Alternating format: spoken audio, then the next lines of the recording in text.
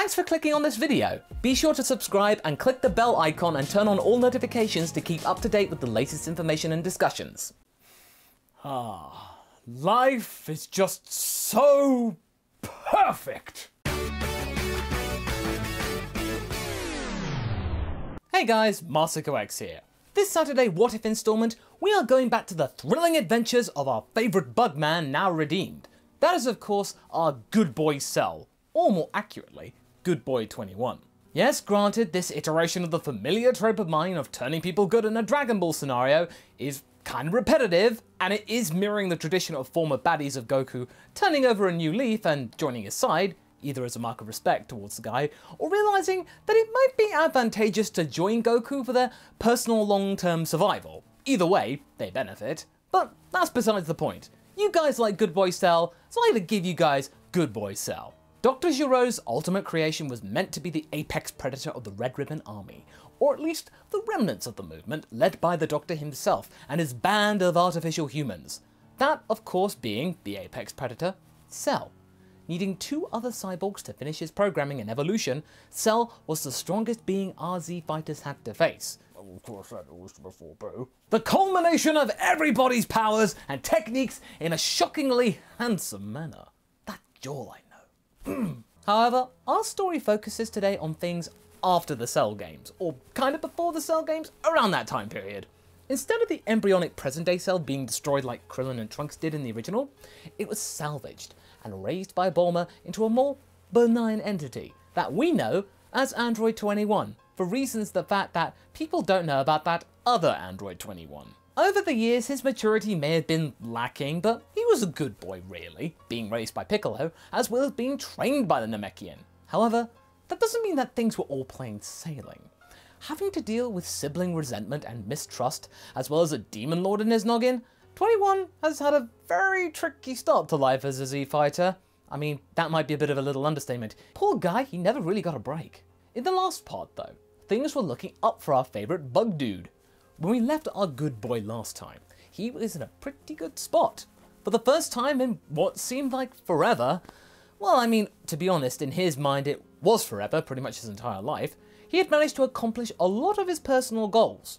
He had managed to finally make peace with his family, 17 and 18 finally giving him a chance after all these years, and then realising that he can be trusted, he's pretty good in battle, and that none of Gero's malicious programming or commands were left inside of him, and they had to literally get inside his head. Not only that, but he got to stand side by side with Goku, someone whom he looked up to from all of the stories that he'd heard about the guy prior to the Boo saga. I mean, I'd been kind of slightly disappointed by his naivete. He, along with Goku and Vegeta, defeated Majin Dabura. Despite being taken advantage of by Dabura, he had managed to use his brain to think around the problem and the menace, and help out effectively, saving the day. He's such a good boy, isn't he? He also made a new friend in the form of Majin Buu. With Mr. Buu as his new pal, the dragon had made it so that the both of them could walk about the earth without anyone being afraid of them. All the memories of Buu and all the memories of Cell have been erased from the public consciousness, and they were free.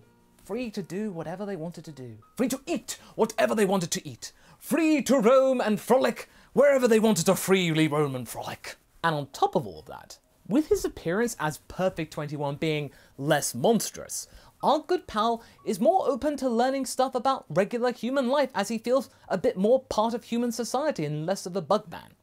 Now when he wants to go and get ice cream, he doesn't have to get looked at with disgust or fear. Instead, he gets the normal treatment, and sometimes some curious looks of attraction. I mean, come on, he's just so handsome.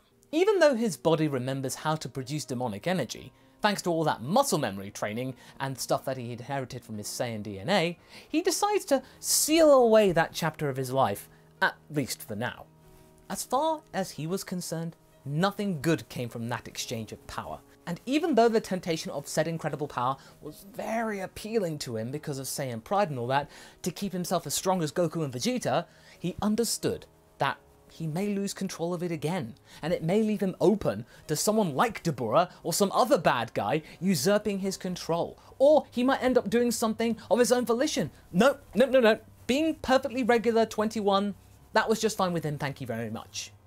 Now, With Boo being his new good friend, he also spends a lot of time at Hercule's place. Together, the two of them play and train, and they eat, whilst Hercule is glad for some time off looking after Boo whenever 21 comes over.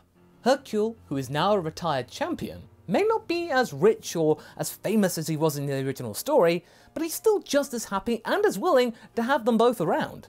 When 21 trains with Boo, he is able to take Boo's mind off from eating snacks, thankfully helping Hercule's food bill something major. So, as a result of all of that, therefore, I think that's why I would have, in this continuity, Skinny Boo appearing far more often, albeit for short periods of time. Whenever 21 is off training with Piccolo or roaming the world on his own, we would then see the Margin revert to full-on Mr. Boo. And when he's not being a world explorer, 21 chooses to catch up with the siblings now that things between them are all hunky-dory, after years of trying to get through to them that he's not a bad guy, honestly, I just want to give you a hug! He frequently visits 18 and Krillin where they're at Kame House, and then later on in the city when they move, to spend some quality time with his niece, Marin. Marin loves it whenever Uncle 21 comes over, because he's effectively a big kid, thanks to all of the time that he spent with Trunks and Goten. He loved to play, and this gives 18 and Krillin a much welcome break. Even if it is kinda surreal to see what looks like Perfect Cell running around like a silly goose, it's kinda funny but also kinda creepy. After getting rid of the hostilities, 18 quickly discovers that having her new sibling around gives her a lot more free time, as 21 is very keen on helping out with not just childcare, but also doing chores in general. 21 would do anything to build new ties with his brother and sister. Now, Krillin being Krillin and the empathetic little goose, he's a little bit uncertain that 18 should really be taking advantage of all of this goodwill, but 21 is more than happy to do all of this thanks to his vastly different outlook on life. He quite frankly has never been happier.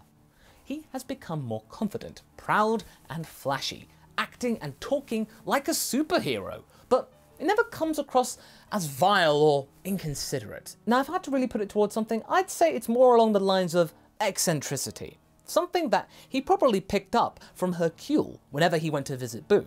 And then when you couple that with his youthful personality, you get someone rather endearing and rather charming. And to be honest, you kind of realise that that may have been from Frieza, so whatever bit of Frieza that's remaining in his DNA is probably the good bit. Now that we're getting into Dragon Ball Super territory, 21 is also pretty invested in getting Gohan and Videl a wedding present, after Goten and Trunks told him about the idea, and his mind got rather interested in the entire affair. Unlike the boys, who have next to no idea about what to get the pair, and they get that supposed water, 21 has the perfect idea. However, in order to make it work to the best that it could do, he has to make sure Gohan and Videl leave the house for quite some time so as to not find out what he's up to. He chooses a day when they are away either for shopping or going to some kind of seminar or activity, and asks his friends for some help. Goten, Trunks, Boo, and even Piccolo are tasked to find Gohan and Videl and cause some kind of distraction, just to buy 21 some time. All of this gives 21 the time that he needs in order to ensure that his plan is fully realised. This idea has been a long time coming, and it's something that 21 found was rather lacking in their new home, despite its immense size. When Videl and Gohan finally return home, they are surprised to see that their house has somehow gotten bigger in the time that they've been away. They can clearly see that someone has built some kind of smaller building next to their residence. 21 then steps out of said building and shouts, "Ta-da! Look, you guys, I've made you the perfect arena!" That's right. 21 has built them a little dojo, somewhat resembling the Cell Games arena where they can train. Videl and Gohan don't know what to say. Gohan steps up and says that it's nice of him to do that, but they don't have time to train anymore. He's got work, and Videl really isn't into any of that anymore. However, 21 is not fazed by this at all, and he states his case as to why he built this dojo, or got this built for them.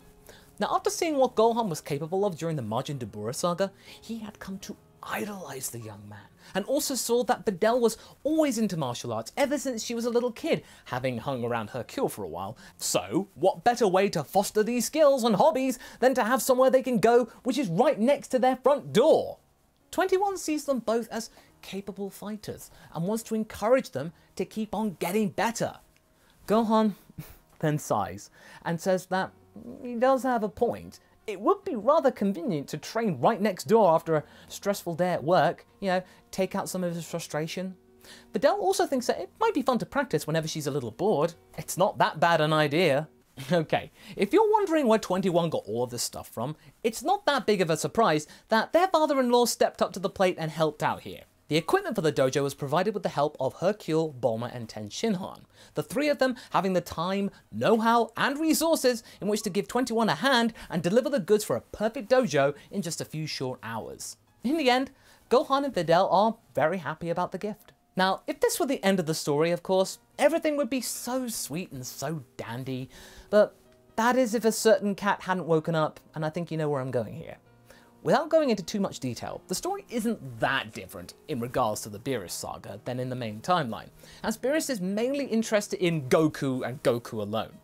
One of the biggest differences though, is that 21 tries to calm Boo down with the promise of pudding later on. Seeing that they're best friends, he might be able to get through to him, but it doesn't quite work. And then later on, he tries to defend his friend again against Beerus. The GOD is impressed by how durable this Bugman is, but he's not as skilled as the Saiyans. At least not yet. I can do this all day, he says, still beaten up when Beerus ties with him and moves on to new targets. Also, 21 is there to witness the Super Saiyan God ritual, wondering if he would be capable of attaining some kind of new form himself, as technically he's already in the highest form that he was originally designed for. Can he become more than the sum of his parts? Did Gero forget about something? Can his Saiyan DNA help him achieve something greater? I mean, who knows? It's worth finding out. And the other thing that gets his attention is Videl's pregnancy. He has the knowledge of human reproduction, but that's an interesting prospect. He would need to ask her about this someday. Now, 21 watches Goku's fight with Beerus, and when the Saiyan loses, he's almost ready to try and defend Earth in his stead. But he's stopped by Whis, who tells him not to worry. This becomes the beginning of Beerus' kinship with the Z-Fighters. This time, however, Hercule doesn't take the spotlight. He doesn't get a special reward for supposedly beating Beerus. Instead, we jumped straight to Vegeta being allowed to train with Whis and Goku. We all know how Goku reacted when he learned about this, but this time, 21 is around and asks that if he can go with them too. Goku is rather enthusiastic about the opportunity, thinking that 21 could be a pretty good sparring partner for them, even though he's a little bit behind. In the end though, Whis agrees, and that means he trains with Goku, Vegeta, and 21. The reason being that Whis has never seen a being quite like 21 before. A biomechanical mortal ? Who appears to have Saiyan DNA, plus other intriguing properties. Maybe he might be a good replacement for Beerus later on. We can certainly tell that Whis has some kind of interest in 21 for sure, but for now, he just agrees for the good boy to tag along and see what's what. Everything seems to be fine, until a certain pair of officers of the Frieza Force manage to gather the Dragon Balls, and that's where we're going to be leaving things for right now. So what do you guys think? Are you curious to see what Cell is capable of? Will Whis get what he wants in the end? Leave a comment below and let's get this discussion going, and I shall see you in the next video. Catch you later!